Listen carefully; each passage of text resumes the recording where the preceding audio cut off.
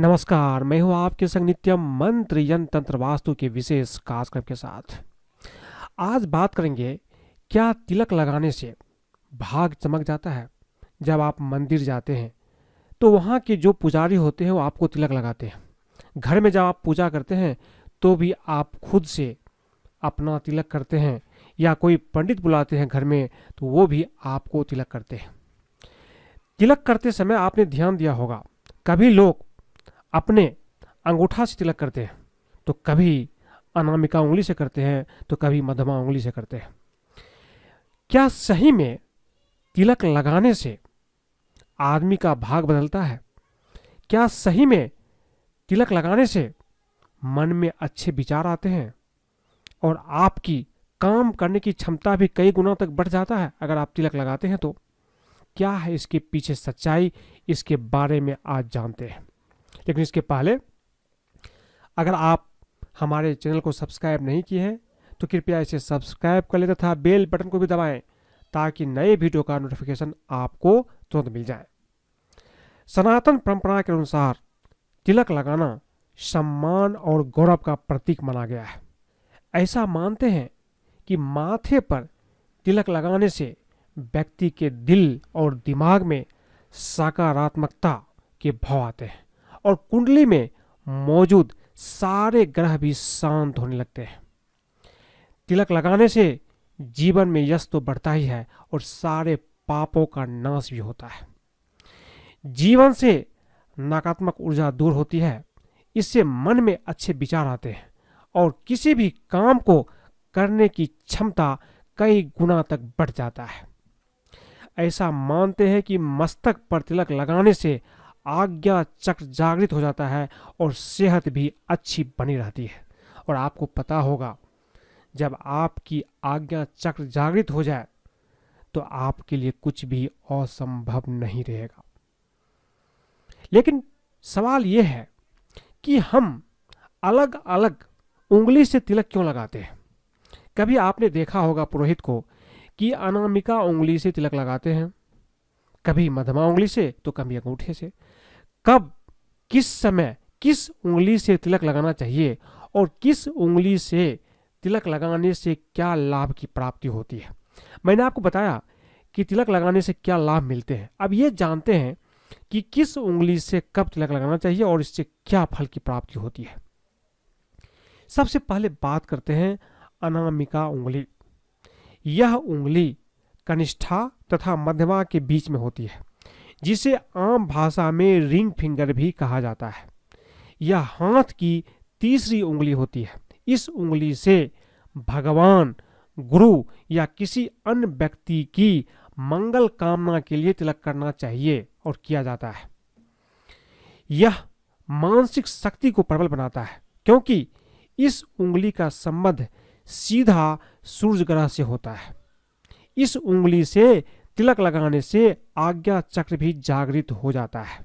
तो जब आप अपने अनामिका उंगली से तिलक करते हैं, चूंकि ये उंगली सूर्य ग्रह से सीधा संबंध रखता है, इसी उंगली में सूर्य ग्रह से संबंधित सारे रत्न भी पहनते हैं और सोना भी पहना जाता है। तो इससे क्या होगा? इससे आपके आज्ञा चक्र जागृत होगा। चूंकि इसका संबंध सूर्य ग्रह से होता है, इसलिए मानसिक शक्ति भी बहुत ज्यादा प्रबल बन जाता है। और इस उंगली से आप भगवान को तिलक लगा सकते हैं, अपने गुरु को भी लगा सकते हैं, या घर में जब आप पूजा पाठ करते हैं तो आप अनामिका उंगली से जो लोग पूजा में शामिल होते हैं उसका भी तिलक कर सकते हैं। अब बात करते हैं मध्यमा उंगली से तिलक क्यों करते हैं और इससे क्या लाभ मिलता है। देखिए, मध्यमा उंगली हाथ की सबसे बड़ी उंगली होती है। इस उंगली का संबंध शनि ग्रह से बताया गया है। शास्त्रों के अनुसार मध्यमा उंगली का प्रयोग खुद को तिलक लगाने के लिए करना चाहिए। जब प्रतिदिन आप पूजा करें तो अनामिका से भगवान को तिलक करें और भगवान को अनामिका उंगली से तिलक करने के बाद मध्यमा उंगली से खुद को तिलक कर सकते हैं। क्योंकि ये शनि ग्रह से संबंधित है, इससे अगर आप तिलक करेंगे तो आपके नौकरी पैसा में कभी कोई दिक्कत नहीं होगी। शनि ग्रह आपके पक्ष में होगा, शनि से संबंधित कोई भी समस्या आपके जीवन में नहीं होगा। अब बात करते हैं तर्जनी उंगली से तिलक। आम तौर पर आपने देखा होगा कहीं भी कोई लोग तर्जनी उंगली से तिलक नहीं करते हैं, लेकिन एक स्थिति में तर्जनी उंगली से भी तिलक किया जाता है। यह अंगूठे और मध्यमा उंगली के बीच की उंगली होती है। कहा जाता है कि इस उंगली का प्रयोग केवल मृत व्यक्ति को तिलक लगाने के लिए किया जाता है, ताकि मृतक की आत्मा को मोक्ष की प्राप्ति हो। इस उंगली से पितृगणों को अर्थात पिंड को भी तिलक किया जाता है। इस उंगली का संबंध गुरु ग्रह से होता है, इसलिए ध्यान रखिए कि आम तौर पर आप किसी को भी अपने तर्जनी उंगली से तिलक न करें।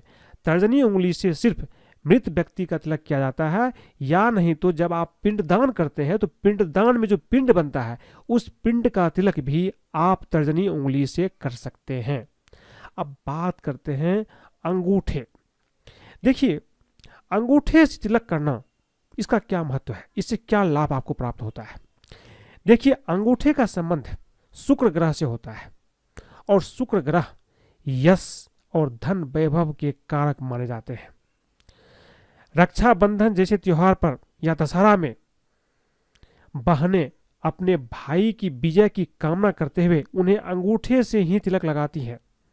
पहले जमाने में भी राजा महाराजा जब युद्ध पर जाते थे तो रानियां अंगूठे से ही राजा के मस्तक पर विजय तिलक करती थी। इसलिए किसी भी मंगल कामना के लिए आप अंगूठे से तिलक करें। जब भी आपको लगे कि कहीं आपकी हार ना हो जाए, अगर कोई ऐसा सिचुएशन है, कोई ऐसी स्थिति बनती है जहां पर आपको साहस की जरूरत है, जहां पर आप चाहते हैं कि हमारी जीत हो, उस स्थिति में आपको क्या करना है कि घर की किसी महिला से अंगूठे से आप तिलक लगवा करके जाइए। निश्चित रूप से आपको विजयी प्राप्त होगा।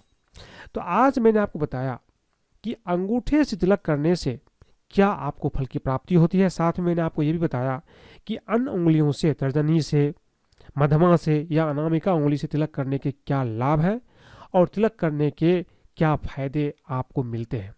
अगर आपको ये वीडियो पसंद आए तो कृपया इसे लाइक करें, सब्सक्राइब करें, अपने दोस्तों सगे संबंधियों के साथ भी शेयर करें, ताकि वो भी अगर इस चीज़ को समझते हैं और तिलक का प्रयोग करते हैं तो उसके जीवन में भी हर तरह से सफलता प्राप्त होती है। आज के लिए बस इतना ही। धन्यवाद।